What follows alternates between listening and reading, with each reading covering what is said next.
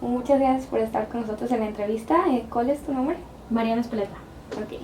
La primera pregunta sería, ¿qué opinas sobre la educación sexual actual en nuestro país? Es muy deficiente. Creo que la mayoría de niños y niñas llega a la adolescencia sin conocer ni siquiera su propio cuerpo y tampoco sin nada de información relevante que les ayude no solamente para tener una sexualidad sana en su vida adulta, sino también para prevenir abusos. La segunda pregunta es, ¿crees que la educación sexual afecte a la sobrepoblación hoy en día? Creo que el hecho de que muchas adolescentes tengan embarazos no deseados tiene que ver con la falta de educación sexual, tanto de ellas como de ellos. También creo que muchas de las enfermedades de transmisión sexual son producto de esta falta de educación y me parece que la cuestión de sobrepoblación no es nada más una cuestión de educación sexual, porque no nada más tiene que ver con ignorar las formas de prevenir un embarazo, sino también tiene que ver con otra serie de cuestiones como el mandato de tener todos los hijos que Dios te mande o otra serie de cosas, o la legitimación de las personas a través del número de hijos que tengan, sobre todo de las mujeres, ¿no? Si tenemos una educación donde el único destino para las mujeres es ser madres y no solo el único, sino lo más deseable es que todas las mujeres sean madres y que si no eres madre no vale socialmente, etcétera, etcétera, pues es lógico que las mujeres se sientan impulsadas o empujadas a la maternidad, incluso cuando no estén o ellas no se sientan realmente preparadas para ser madres. La siguiente pregunta es, ¿cuál crees que sea la razón del aumento de embarazos no deseados en adolescentes? Bueno, creo que tiene que ver, por un lado, con la ignorancia. Creo que tiene que ver, por otro lado, con la falta de expectativas y oportunidades que tienen las y los adolescentes hoy en día. Entonces, pues tampoco es que tengan muchos otros caminos posibles, ¿no? Tarde o temprano su destino es tener hijos y juntarse en pareja, entonces, ¿cuál es el problema de empezar antes que después, ¿no? Sobre todo si no tienen estudios interesantes, un empleo digno, otras cosas que hacer. Ser madre, pues por lo menos es una ocupación, me explico, y es una ocupación reconocida socialmente. Entonces, si no tienes estudios, no tienes trabajo, no tienes otra cosa que te haga obtener reconocimiento social, ¿por qué no ser madre?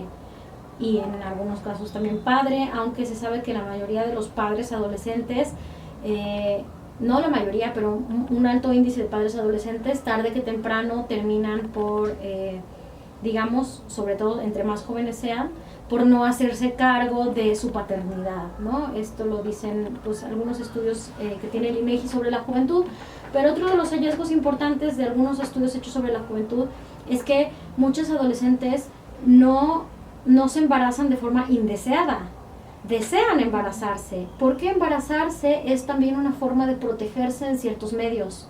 Por un lado, les da legitimidad social, por otro lado, las protege de cierta manera de ser víctimas del abuso, del acoso sexual, porque como son madres adquieren un estatus de respetabilidad en sus barrios o en sus colonias, y eso es importante. Y por otro lado, pues porque no tienen otra cosa mejor que hacer. Entonces también esa es otra de las cuestiones.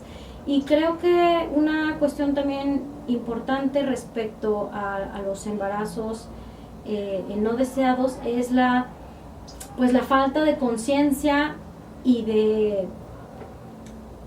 también nuevamente de oportunidades como para que valga la pena postergar los embarazos, y porque además no se conoce cuáles son los efectos negativos de tener hijos demasiado joven, no solo corporales sino psicológicos también. Entonces, y yo creo que también porque en la adolescencia no se miden claramente cuáles son las implicaciones y las responsabilidades de tener un hijo, ¿no? Entonces creo que son muchos factores. Y el otro es la sexualización muy precoz que tienen muchos adolescentes y adolescentes hoy en día, ¿no? Es decir, no existe como conciencia de sí, un conocimiento de sí, pues sí, una correcta educación sexual como para decidir postergar ciertas actividades cuando es más conveniente, ¿no? No digo que los adolescentes no deban de tener sexo, no va por ahí, ni es una cuestión moral, pero quiero decir que muchas veces se considera que el coito, por ejemplo, es la única actividad sexual placentera y posible y la única actividad sexual completa, ¿no? Entonces, muy jovencitos y jovencitas, las adolescentes y los adolescentes empiezan a tener relaciones sexuales con penetración sin antes haber explorado toda otra serie de posibilidades de vida sexual que tienen derecho a tener. Es un derecho de la juventud, el derecho a su vida sexual, a su sexualidad, incluso de autoexploración erótica. Entran muy jóvenes a tener prácticas que pueden terminar en embarazos, ¿no? En vez de haber desarrollado otra serie de prácticas que pueden ser también igual placenteras y que son educativas, que te preparan para una vida saludable sexual futura. Entonces, en general creo que es una cadena de problemas el que lleva a los embarazos juveniles no deseados. Okay. Y la última pregunta sería, ¿qué podríamos hacer para mejorar este problema de la educación sexual? Yo creo que empezar por reconocer que desde que nacemos tenemos vida sexual. Es decir, todos los cuerpos son cuerpos sexuados y los bebés y los niños pequeños y todo el mundo tiene actividad sexual, no en un sentido adulto ni mucho menos, sino cada etapa tiene su correspondiente desarrollo sexual, por así decirlo, ¿no? Entonces es una falacia pensar que los niños no tienen ningún tipo de actividad sexual, ni preguntas sexuales, ni dudas, etcétera, etcétera, que no hay necesidad de que conozcan su cuerpo, que no hay necesidad de que sepan o trabajen con sus placeres, no solamente los sexuales, sino todos los placeres sensoriales, etcétera, etcétera, ¿no? Entonces toda esta gama del cuerpo, del placer y de la sexualidad de los niños está negada, y al estar negada no se les permite explorarla, no se les permite conocerla, no se les permite nombrarla, no se les permite además entonces distinguir qué es correcto y qué es incorrecto, por ejemplo, del comportamiento que reciben de otros.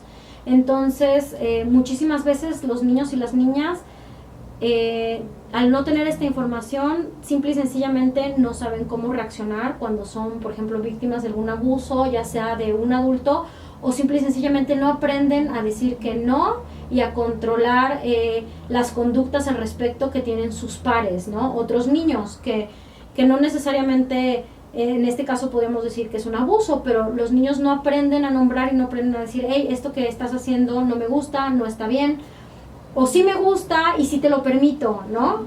Entonces se genera como todo un esquema donde hay ignorancia y hay negación también. Y creo que es muy importante que desde las etapas más tempranas, evidentemente en las fases correspondientes, para empezar, los niños tengan información respecto de su propio cuerpo, de sus procesos corporales y de toda la serie de cuestiones que tienen que ver con la fase en la que están, en vez de que solamente se les oculten las cosas, se les nieguen, se trate de desviar su atención, etcétera, etcétera, ¿no?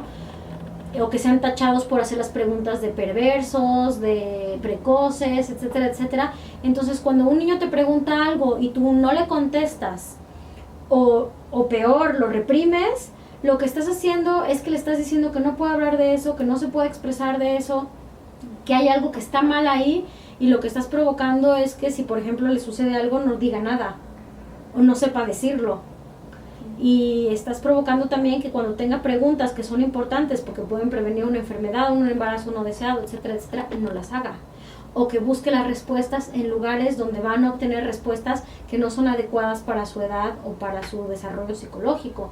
Entonces yo creo que es muy importante que haya educación sexual adecuada, eso es, hay que decirlo, y también que es muy importante que las y los jóvenes tengan oportunidades y que su vida afectiva y sexual no esté centrada en las relaciones de pareja y en el coito tampoco, porque tienen otra gama de posibilidades, que creo que eso también es muy claro, que en la adolescencia muchas y muchos se sienten muy solos y consideran que que la vida de pareja es como la única respuesta posible a esa soledad, ¿no? Entonces, también es importante que las y los jóvenes tengan relaciones de amistad, de compañerismo, de amor y de cercanía, que tengan que ver con sus pares, pero que no necesariamente sean relaciones sexoafectivas, que puedan ser afectivas y completas sin necesidad de que sean relaciones solo de pareja. Bueno, muchas gracias. De nada. Muchísimas gracias. No, ¿qué?